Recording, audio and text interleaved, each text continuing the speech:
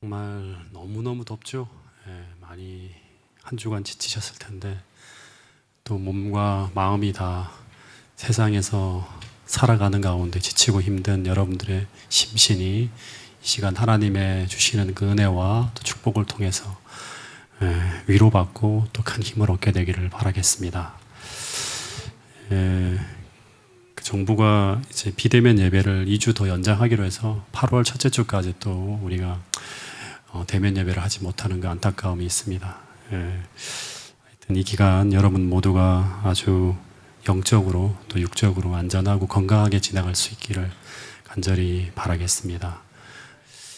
자, 오늘은 이제 출애굽기 22장을 나갈 텐데 오늘 굉장히 많은 내용인데 이 부분을 그냥 한 번에 한 시간에 좀 끝내도록 하겠습니다. 그래서 너무 하나하나를 다 다루려니까 너무 내용들이 많아질 것 같고 그러면 올 말까지 가도 이걸 다 못 끝낼 것 같아서 22장은 오늘 한 시간에 한번 정리해 보도록 하겠습니다.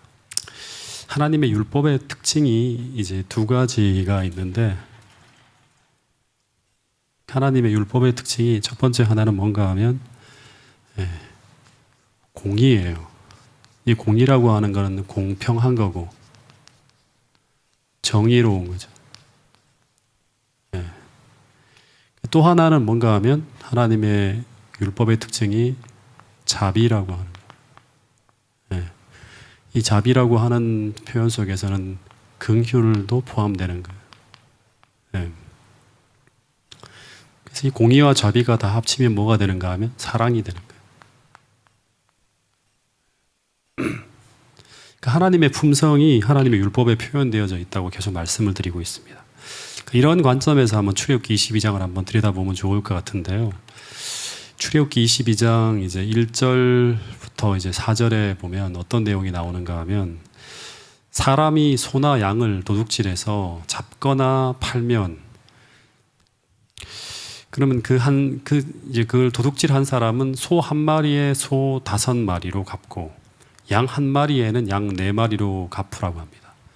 4절에 보면 이제 만일 도둑질한 그 짐승이 그 도둑질한 사람의 손에 있으면 살아 있는 거예요. 그러면 낙이나 소를 이제 소나 낙이나 양을 막론하고 갑절 2배만 갚으면 되는 거예요. 그래서 이제 이 1절부터 4절까지 내용은 도둑질하는 자가 저지른 절도 행위에 대한 손해배상의 규정이 나오는데 이 도둑질이라고 하는 것은 어떤 거예요? 도둑질은? 왜 도둑질을 하게 되죠? 지난번에 공부한 것처럼 탐욕 때문이죠. 이기심 때문에. 정당하지 않은 이제 것으로 이제 타인의 재산에 탐욕을 품고 그 타인의 재산에 탐욕을 품은 그 마음을 이제 도둑질이라고 하는 범죄 행위를 통해서 타인의 재산에 손해를 입혔을 때 그때 이 사람은 그 손해에 대해서 최소한 2배, 최고 5배까지 이제 배상을 하게 되는 거예요. 그래서 이 10계명 중에 제8계명을 범할 때 처벌하는 조항을 이제 구체적으로 어떻게 적용하는지에 대한 내용이 쭉 서술되어 있는데 근데 이제 만약에 도둑질을 했는 이 사람이 이제 잡혔어요. 근데 그 손에 아직 소나 양이 있어요. 그러면 그 피해 내용에 대해서 갑절 첫 번째 배상하는 거는 2배만 하면 돼요. 그 돌려주고 한 마리 더 주면 돼요. 근데 이 사람이 이제 소나 도둑질 한 사람이 잡혔는데 소나 양이 없어요. 이 사람이 그 짐승을 훔친 후에 어떻게 했다? 도살하고 팔아버린 거예요. 그럼 이 사람은 어떻게 해야 된다? 소 같은 경우는 5배, 양 같은 경우는 그러니까 4배로 보상을 해야 돼. 근데 그렇게 해야 되는 이유는 뭔가 하면 우발적으로 도둑질을 한 것이냐 아니면 의도적으로 한 것이냐의 차이예요. 그래서 우발적으로 도둑질한 것이 아니라 소나 양을 도둑질해서 그를 죽이거나 팔아서 증거를 인멸할 뿐 아니라 죽이거나 팔아서 이득을 보았다고 하는 것은 의도를 가지고 계획적으로 도둑질을 한 것이기 때문에 가중처벌이 되는 거예요. 그래서 소의 경우는 5배, 양의 경우는 4배를 배상해야 된다고 하는 거예요. 그러니까 이 죄의 경중에 따라서 처벌이 달라져요. 그러니까 하나님이 굉장히 공의롭고 공평하고 정의롭게 이제 이 모든 법을 처리하는 걸 볼 수 있어요. 그래서 이 죄의 경중이란 죄의 결과가 아니라 그 사람의 내면의 동기나 의도를 계속 하나님이 따지고 있어요. 거기를 확인해서 이제 그대로 처벌하는 걸 볼 수 있습니다. 그래서 이런 율법을 통해 사람들은 무엇을 배워야 될까요? 이 출애굽기 22장 1절부터 4절에 나와 있는 이런 하나님의 율법을 통해서 사람들은 무엇을 배워야 되고 어떤 것을 교훈받게 될까요? 이걸 보면서 하나님이 세상을 통치하는데 하나님이 다스리는 나라의 원리는 무엇이다? 이 도둑질이라고 한 건 탐욕이고 이기심이라 했죠. 이 탐욕과 이기심은 우리로 하여금 더 많은 것을 얻게 하는 것이 아니라 오히려 자신이 가지고 있는 것조차도 잃어버리게 만드는 것이 바로 탐욕이라고 하는 정신임을 가르쳐주고 있는 거예요. 이 율법의 가르침을 통해서 우리가 배우게 되는 거죠. 성경은 계속 이런 이야기를 해요. 그리스도인의 삶의 원리가 있는데, 하나님이 통치하시는 삶의 그 세상이 돌아가는 원리가 있는데, 그것은 바로 아주 이기적인 삶을 통해서 과하게 욕심을 부려도 그 사람이 바라는 바 부하게 되지 못하는 경우가 많고, 맨날 더 쪼들리게 되는 거예요. 오히려 희생하고 나누며 살아가는 삶이 오히려 더 풍족하게 살아가는 경우를 보게 된다고 하는 거예요. 그게 잠언서에 나와 있죠. 잠언 11장 24절 이 말씀을 같이 한번 읽어보겠습니다. 시작. 흩어 구제하여도 더욱 부하게 되는 일이 있나니 과도히 아껴도 가난하게 될 뿐이니라. 네, 계속 흩어요. 이렇게 희생하며 사는 거예요. 근데 계속 더 부하게 되는 거예요. 이게 아브라함이나 뭐 믿음의 자손들의 모습이죠. 근데 아주 과도하게 아껴요. 그럼 부자가 돼야 되는데 오히려 더 가난하게 될 뿐이라고 하는 거예요. 성경은 끊임없이 탐심을 버리고 자족하며 살아가는 것과 그걸 배워야 돼요. 그죠? 더해서 이타적으로 자아희생적으로 살아가는 삶의 원리를 통해서 살아가는 삶의 원리를 배우라고 자꾸 이야기하고 있는 거예요.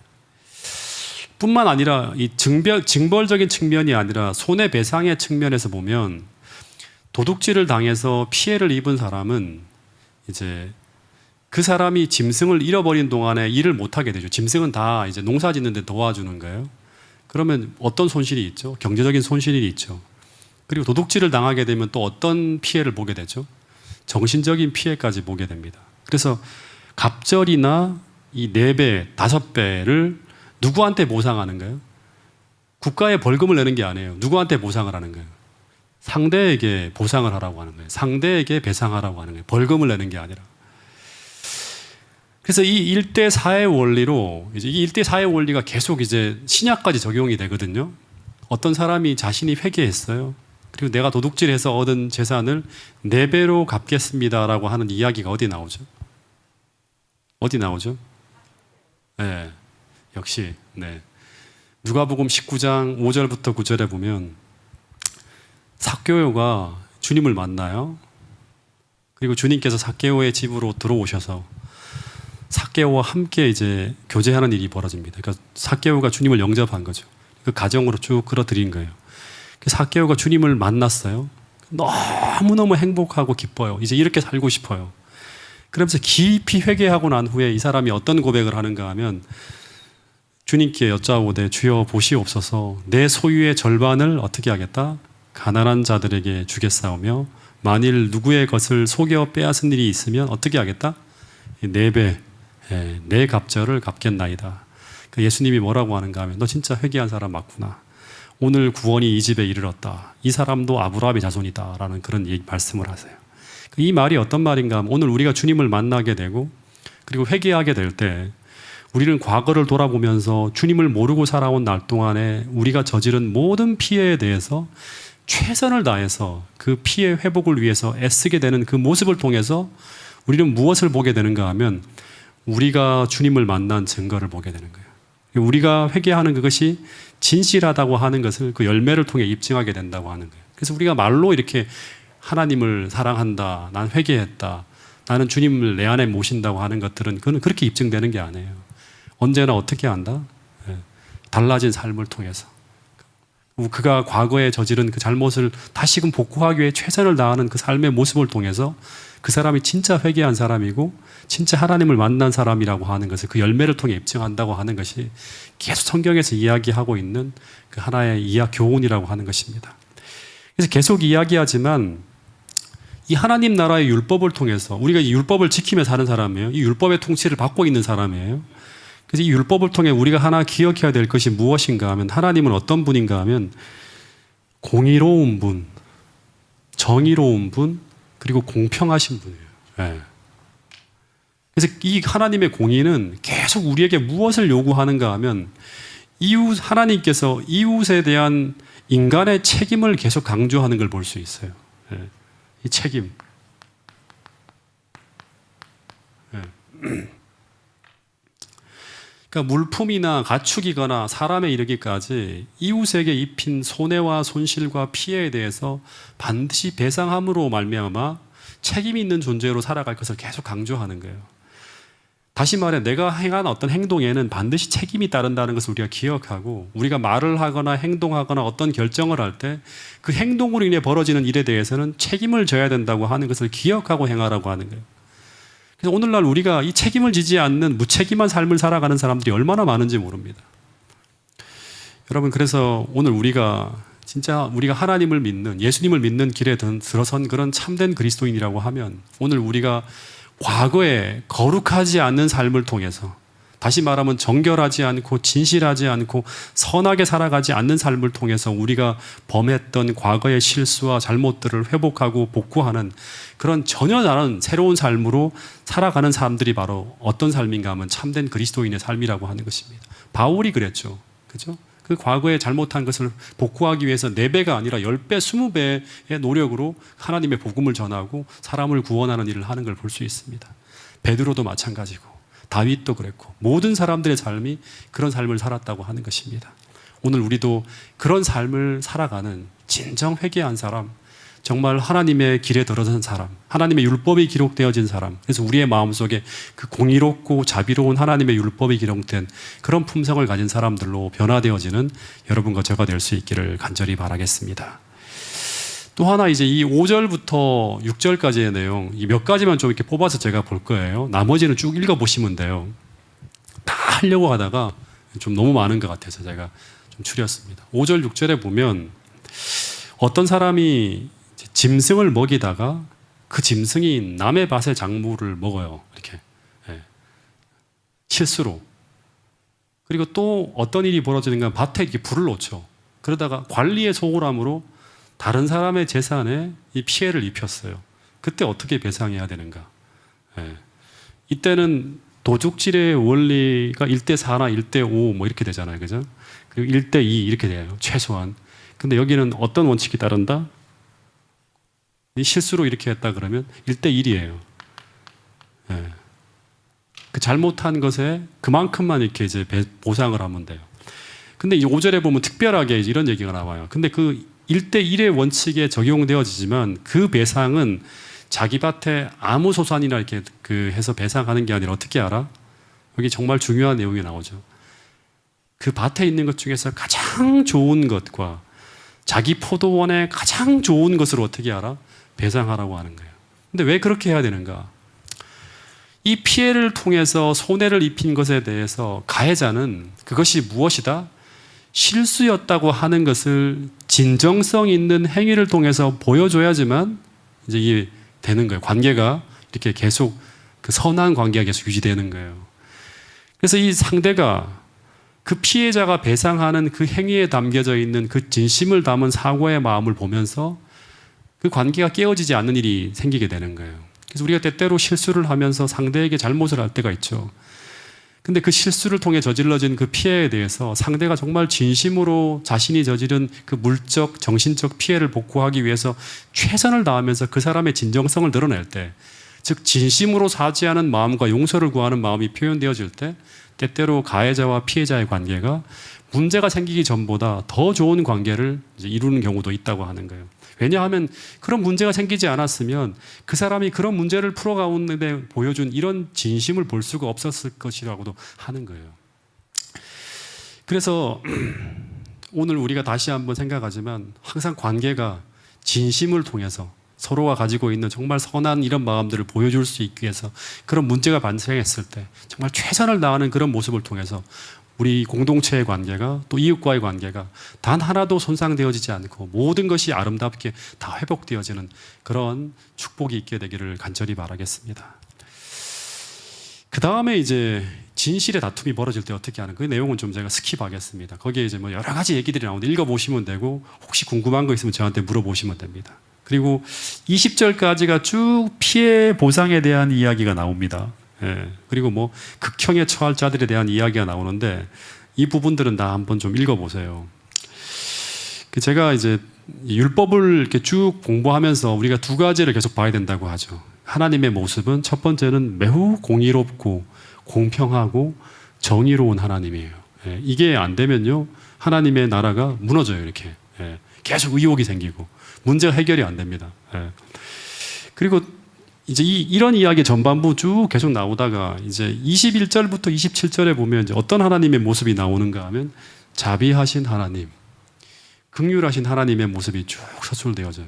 21절부터 27절에 보면 이제 어떤 내용이 나오는가 하면 여기 보면 이제 나그네, 가난한 자, 고아, 과부 이런 이야기가 나와요. 한번 읽어보겠습니다. 먼저 22장 21절부터 17절까지 시작.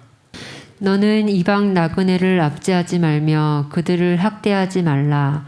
너희도 애굽 땅에서 나그네였음이라. 너는 과부나 고아를 해롭게 하지 말라.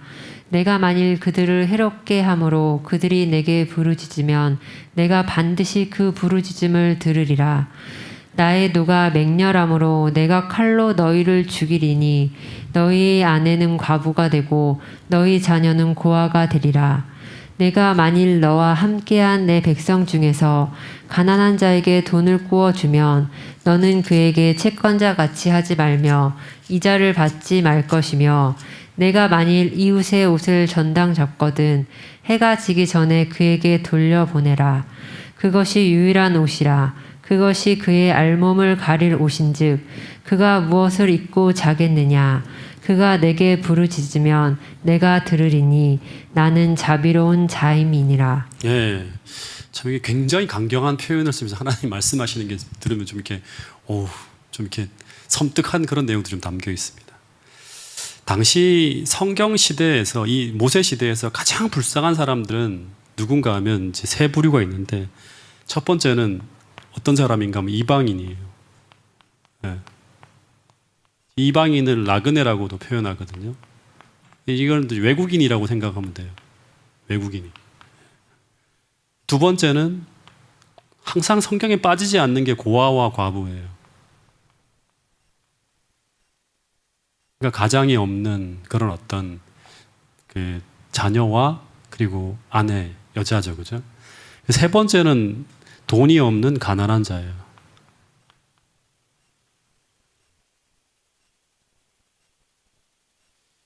그래서 이들은 항상 사회에서 소외되어 있었고, 그리고 사회의 그늘진 곳이라든가 외곽 지역에 거주하였다고 합니다. 그러니까 이제 뭐 이런 중심가가 아니라 외곽으로 몰리는 거죠. 오늘날도 그런 것처럼. 그래서 항상 그 외부의 위험에 노출되어져 있는 사람들이 바로 이제 어떤 사람들인가 하면 이 사람들이에요. 그러니까 학대를 당하기도 하고, 그 다음에 이제 불법적인 어떤 그런 그 착취를 당하기도 하고, 또 여러 가지 압제를 당하기도 하고, 그럴 수 있는 대상이에요.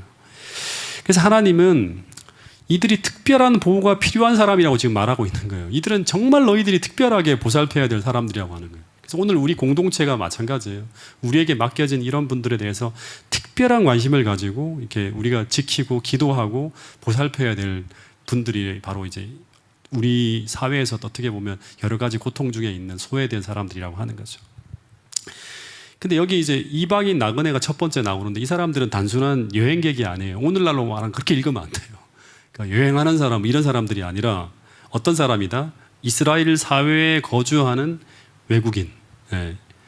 성경에서는 또 뭐 잡적으로 표현되어지기도 해요. 이 사람들이 바로 누군가 하면 이제 이방인이에요. 나그네라고 표현되어집니다. 그래서 이들은 이방인이라고 하는 이유 때문에 압제를 당할 수 있고 혹은 학대를 당할 수 있어요. 근데 그렇게 해서는 절대 안 된다고 하는 거예요.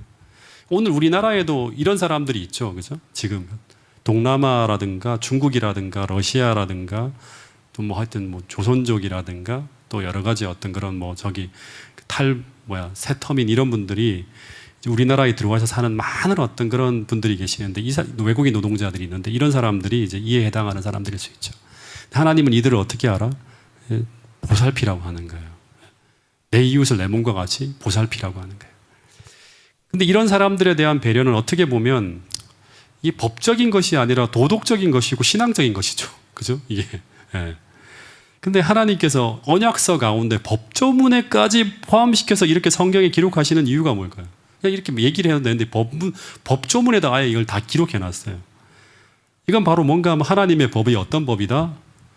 자비의 법이고 긍휼의 법이고 사랑의 법임을 나타내고 있는 거예요.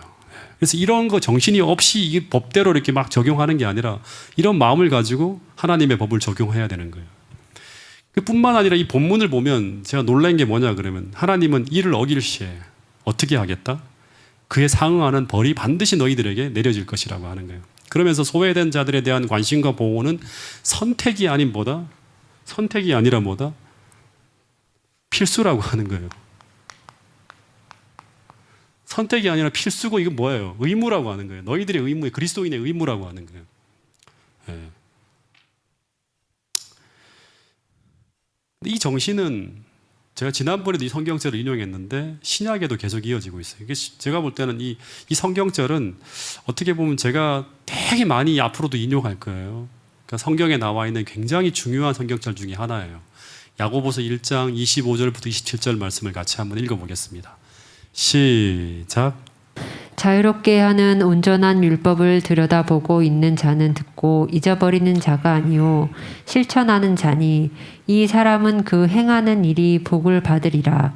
누구든지 스스로 경건하다 생각하며 자기 혀를 제갈 물리지 아니하고 자기 마음을 속이면 이 사람의 경건은 헛것이라. 하나님 아버지 앞에서 정결하고 더러움이 없는 경건은 곧 고아와 가부를 그 환난 중에 돌보고 또 자기를 지켜 세속에 물들지 아니하는 그것이니라. 네, 이렇게 보면 이제 잘 보세요. 이 말씀을 한번 하나하나 잘 보세요. 자유롭게 하는 온전한 율법을 들여다보고 있는 자. 이 사람들이 누구예요? 그리스도인이죠. 자유롭게 하는 온전한 율법을 들여다보고 있는 자는 듣고 잊어버리는 자가 아니요 실천하는 자니 이 사람은 그 행하는 일의 복을 받으리라. 그러니까 하나님의 법은 오늘 우리가 실천을 통해서 그 일을 행할 때 그 행하는 일에 뭘 받는다? 복을 받는다고 하는 거예요. 그러니까 아무것도 안 하고 있으면 하나님의 축복이 우리에게 임하지 않아요. 예. 그 일을 행할 때 그 행하는 일에 어떤 일이 있다? 복이 쏟아진다고 하는 거예요. 그러면서 율법을 행하는 하나님의 백성들에게 나타나는 특징 중에 첫 번째는 뭐냐 그러면 첫 번째는 자기 혀를 성령으로 제갈물리는 거예요. 예. 그러니까 언어 생활이 정직하고 진실하고 거룩하게 변하는 것이고 또 하나가 뭔가 하면 두 번째가 뭔가 하면 고아와 과부를 환난 중에 돌보는 것. 이게 이제 율법 정신이죠. 율법이 기록된 사람들에게 나타나는 거예요. 첫 번째는 입술의 변화가 나타나고 그 다음에는 고아와 과부를 환난 중에 돌보는 사랑이 막 흘러넘치고 예. 세 번째는 뭐냐 그럼 세상에 물들지 않는 거예요. 거룩한 생애를 살아가는 거예요. 그래서 오늘 우리가 자유롭게 하는 율법을 실천하는 하나님의 백성이면 고아와 과부를 그러니까 다시 말하면 소외되고 연약한 사람을 그 환난 중에 반드시 어떻게 된다? 돌보게 된다. 그들이 어려움에 처할 때 어떻게 한다? 돌보는 것이 자동으로 나와야 되는 거예요. 자동으로 나오게 되는 거예요. 그를 실천하려고 하는 거예요. 하나님은 먼저 이스라엘 백성들이 이방 나그네를 압제하지 말며 그들을 학대하지 말아야 된다고 하면서 그 이유로 말씀하시는 게 뭘까요?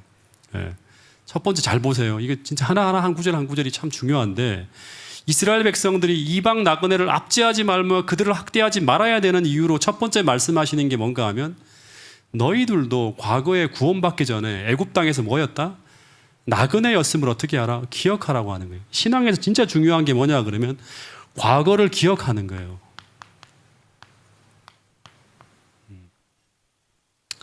이 말은 너희도 하나님의 축복을 받아서 지금 이렇게 살고 있음을 기억하고 하나님으로부터 받아 지금 누리는 그 축복과 그 은혜와 그 사랑의 빛이 너희를 통해서 이방인과 나그네들에게 흘러가라고 하는 거예요. 흘러가게 하라고 하는 거예요.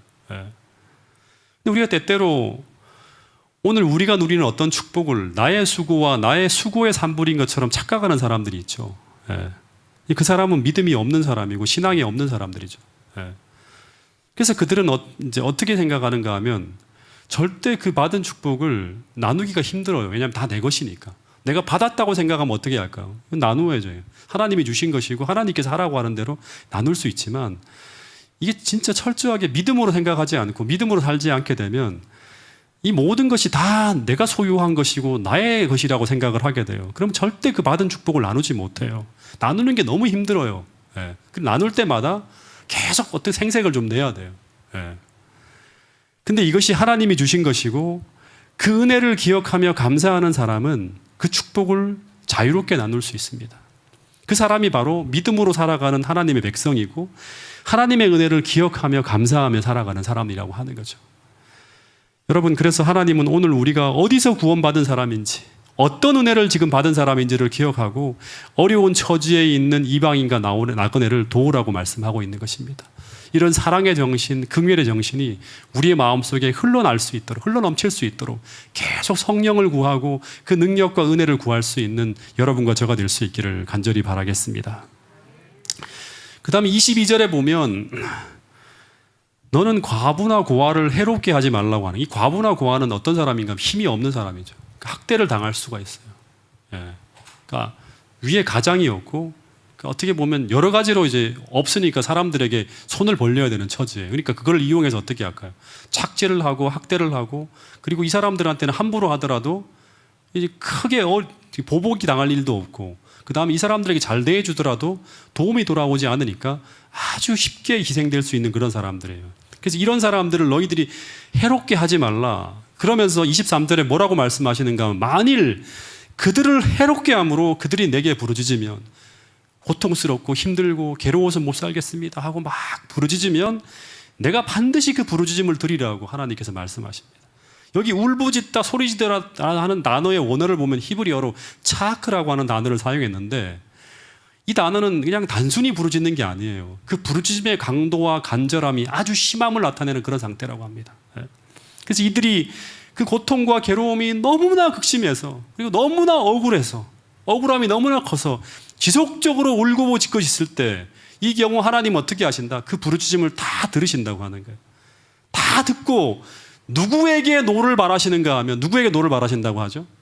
하나님 백성들에게, 하나님 백성이라고 하는 사람에게 노를 바라신다고 하는 거예요. 이 참 무서운 말씀이에요. 그래서 오늘 내가 보살펴야 되고 내가 정말 이렇게 편하게 대할 수 있는 어떤 그런 사람들 있잖아요. 우리 가족들이 될 수도 있어요. 예. 그런 사람들에게 우리가 어떻게 대하고 있는가 우리가 좀 생각할 필요가 있다는 생각이 듭니다. 이 고아와 과부는 내가 함부로 대하더라도 내게 불이익이 당하지 않는 사람이에요. 내게 보복할 수 없는 사람이에요. 내가 함부로 대하더라도 이 사람들은 경제적으로 내한테 특별하게 더 도움을 주거나 그런 게 없어요. 그래서 우리가 함부로 대할 수 있는 그런 사람들, 편하게 대할 수 있는 사람들. 그래서 하나님께서 이들이 어떤 사람에 의해서 학대를 당하면서 그들이 고통 중에 괴로워하며 울고 있으면 하나님은 그 부르짖음을 듣고 그리고 어떻게 행하시는가 하면 24절에 보면 나의 노가 맹렬함으로 내가 칼로 그들을 죽이리니. 오, 진짜 무서운 말이죠. 네. 칼로 그들을 죽인대요. 너희의 아내는 뭐가 된다? 과부가 되고. 칼로 네가 죽으니까 네 아내가 과부가 될 것이고 똑같이 힘없는 사람이 될 것이고 너의 자녀들은 어떻게 된다? 고아가 될 것이라고 하는 거예요. 네. 여러분 이 말씀은 두 가지를 내포하고 있습니다. 잘 들어보세요. 하나는 뭔가 하면 우리가 고아와 과부를 불쌍히 여기지 아니하고 그들을 돌보지 않고 그들이 힘이 없다고 학대를 하게 되면 그것은 오늘 우리가 하나님의 계명을 지키지 않고 살아가는 하나님 백성이 아니라고 하는 것을 증명하게 돼요. 즉 우리가 믿음으로 살아가는 사람이 아니라고 하는 거예요. 믿음이 없다는 것을 증명하는 거예요. 그러면 어떤 일이 벌어질까요? 그러면 성경에 보면 반드시 필연적으로 쫓아오는 게 있어요. 우리가 믿음이 없고 우리가 하나님 백성이 아니라고 하는 것이 자꾸 증거로 나타나게 되면 어떤 일이 벌어지는가 하면 사단은 하나님 이 사람들을 보호하시면 안 돼요. 축복을 거두셔야 됩니다 하는 거예요. 그럼 하나님께서 어떻게 하는가 하면 어쩔 수 없이 우리와 함께 하시지 않고 오늘 우리에게 덮여진 하나님의 보호와 돌보심이 사라지게 되는 거예요. 축복이 다 걷어지게 되는 거예요. 이게 신명기에 나오는 법칙이에요. 그럼 어떤 일이 벌어질까요? 한재가 들고 이방이 쳐들어오고 그들이 보호를 받지 못하게 되면서 정말 역사 속에 보면 그들의 아내가 과부가 되고 그들의 자녀들이 고아가 되는 그런 비극이 벌어지는 거예요. 이게 이스라엘 역사예요. 이게 그냥 하나님께서 경고하는 게 아니라 실제로 이런 일이 벌어졌어요. 이스라엘 역사 가운데. 다시 말해서 그들이 지금 누리고 있는 그것이 하나님의 은혜였고 축복이었음을 기억하며 감사함으로 그 축복을 나누지 못할 때 그들은 과거 하나님의 구원받기 이전으로 돌아가는 그런 역사가 펼쳐지게 되죠. 포로가 되어서 이집트에 다 돌아가잖아요. 이렇게. 예. 기억하지 못하니까. 그게 어디서 온 것인지 감사하지 않으니까 돌아가는 거예요. 그 두 번째는 뭐냐 그러면 이렇게 간절하게 왜 말씀하실까? 이것은 그만큼 너희들이 이들에 대한 관심을 가지고 힘없고 연약한 사람을 하나님은 하나님의 마음으로 돌보아 달라고 너무나 간절하게 호소하고 있는 거예요. 예. 그만큼 하나님은 고통 중에 있는 이 불쌍한 백성들을 어떻게 하신다? 정말 너무너무 사랑하신다고 하는 거죠. 하나님을 대신해서 그들을 보살펴 달라고 하는 거예요. 25절에 보면 가난한 자들에 대한 이야기를 또 하시는데요. 참 여기 보면 구체적인 얘기가 나와요. 내가 만일 너와 함께한 내 백성 중에 가난한 자에게 돈을 구워주면, 이 돈을 구워준 적이 있어요? 구워줘요, 이 사람한테. 이 사람들은 절박하니까 진짜 당시에는요, 이렇게 그 고리대금업 자체가 그 당시에는 없었대요. 금융업이나 이런 게. 돈을 구하는 사람 어떤 사람인가? 전체 절박한 사람들. 진짜 말 그대로 그 먹기가 힘든 가난한 사람들만 돈을 꾼다 그러더라고요. 주석에 보니까요. 근데 이 사람에게 가난한 자에게 돈을 구워주면 여기 보면 그냥 모든 사람에게가 아니에요. 가난한 자에게 너희가 돈을 구워줬다면 하고 말씀하고 있어요. 그러면 어떻게 알아? 너는 그에게 어떻게 알아? 채권자 같이 하지 말며 이자를 받지 말 것이며 라는 말이 나와요. 네. 그리고 26절에 보면 내가 만일 이웃의 옷을 전당 잡거든 해가 지기 전에 그에게 돌려보내라. 그것이 그의 유일한 옷이라. 그것이 그의 알몸을 가릴 것인즉 그가 무엇을 입고 자겠느냐. 그가 내게 부르짖으면 내가 들으리니 나는 자비로운 자니라.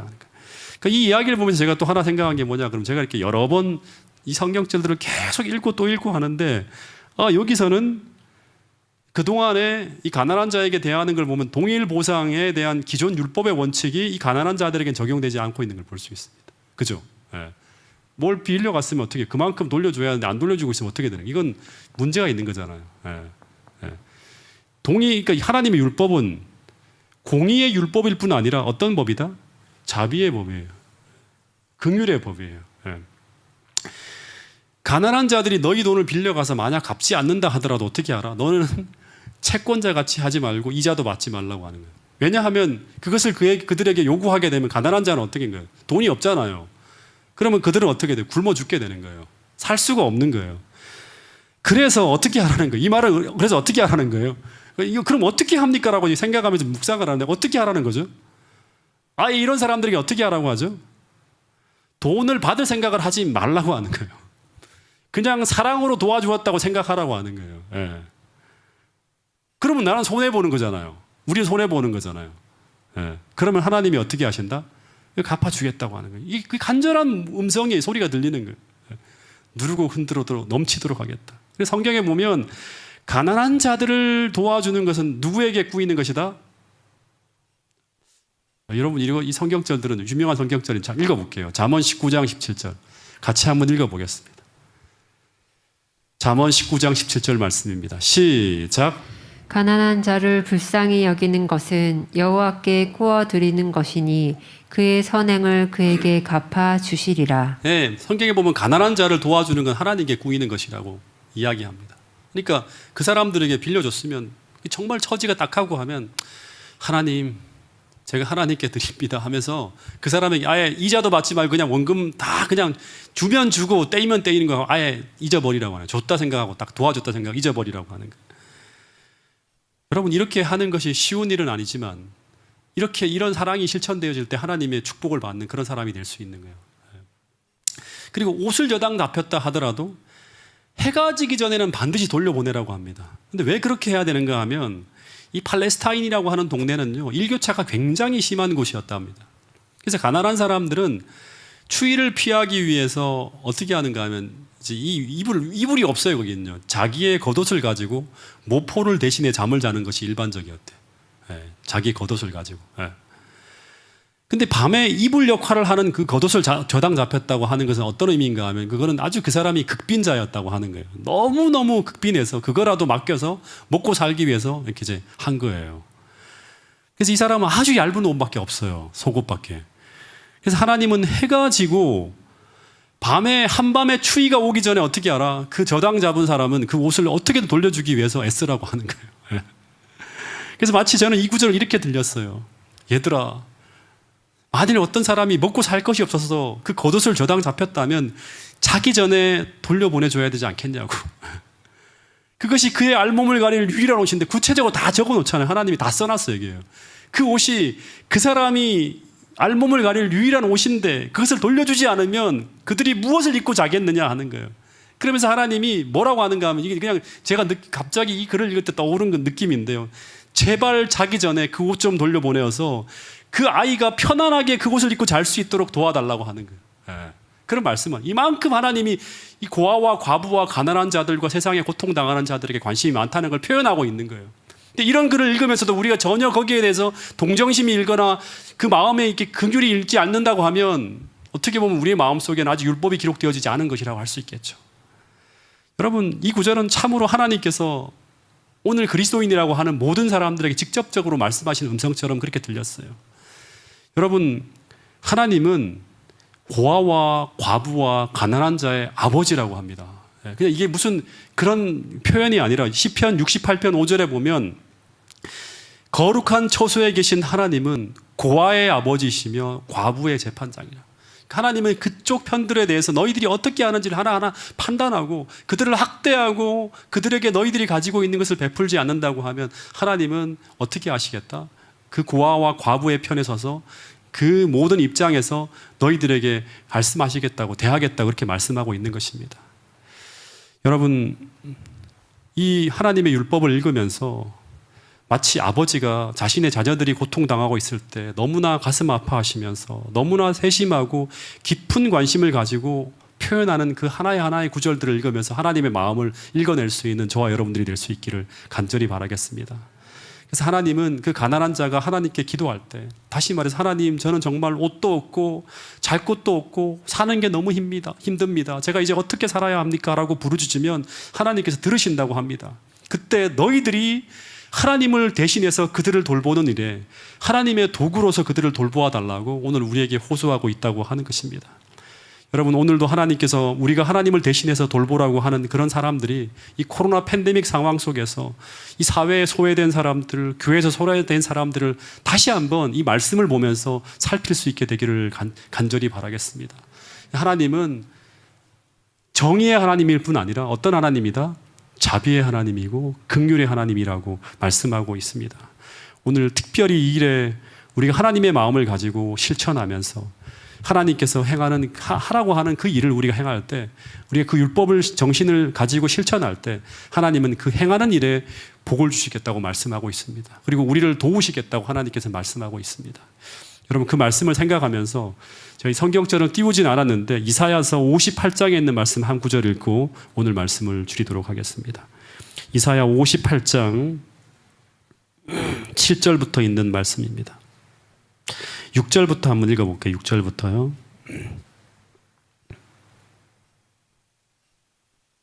6절부터 같이 한번 읽어보겠습니다. 6절부터 시작해서 9절까지 10절까지 한번 읽어보겠습니다. 10절까지 시작. 내가 기뻐하는 금식은 흉악의 결박을 풀어주며 멍에의 줄을 끌어주며 압제당하는 자를 자유하게 하며 모든 멍에를 꺾는 것이 아니겠느냐. 또 줄인 자에게 내 양식을 나눠주며 유리하는 빈민을 집에 들이며 헐벗은 자를 보면 입히며 또 내 곤욕을 피하여 스스로 숨지 아니하는 것이 아니겠느냐. 그리하면 내 빛이 새벽같이 비칠 것이며 내 치유가 급속할 것이며 내 공의가 내 앞에 행하고 여호와의 영광이 내 뒤에 호위하리니 내가 부르짖을 때 나 여호와가 응답하겠고 내가 부르짖을 때에는 내가 여기 있다 하리라. 만일 내가 너희 중에서 멍에와 손가락질과 허망한 말을 제하여 버리고 줄인 자에게 내 심정에 동조하며 괴로워하는 자의 심정을 만족해 하면 내 빛이 흑암 중에서 떠올라 내 어둠이 낮과 같이 될 것이며. 네. 아멘. 오늘 이 말씀이 오늘 파주중앙교회 모든 성도들에게 이루어지게 되기를 간절히 바라겠습니다. 우리가 정말 가난한 자와 또 고아와 과부와 같은 소외된 이런 분들에게 정말 우리의 손을 펼치며 사랑을 나눌 때 하나님은 우리의 빛이 새벽빛같이 비칠 것이며 우리의 모든 그 문제들이 치유되어지는 것을 경험하게 될 것이고 하나님의 공의가 우리 앞에 행하고 하나님의 영광이 우리의 뒤를 호위하는 그런 놀라운 역사가 나타날 것이라고 합니다. 우리가 부르짖을 때마다 하나님께서 응답하시고 우리가 하나님 앞에 기도할 때마다 하나님께서 여기 있다고 말씀하시는 그 기도의 응답들이 이루어지고 성취되어지는 놀라운 일들이 벌어질 것이라고 하는 것입니다. 여러분, 이 모든 것이 하나님의 율법이 우리 마음 가운데 기록되어졌다는 것을 말씀하고 있는 것입니다. 오늘 다시 한번 말씀을 통해서 우리 자신을 점검하며 이 사랑이 우리에게 흘러날 수 있도록 넘칠 수 있도록 주님 앞에 구하는 이 안식일 될 수 있기를 간절히 바라면서 오늘 말씀을 줄이도록 하겠습니다.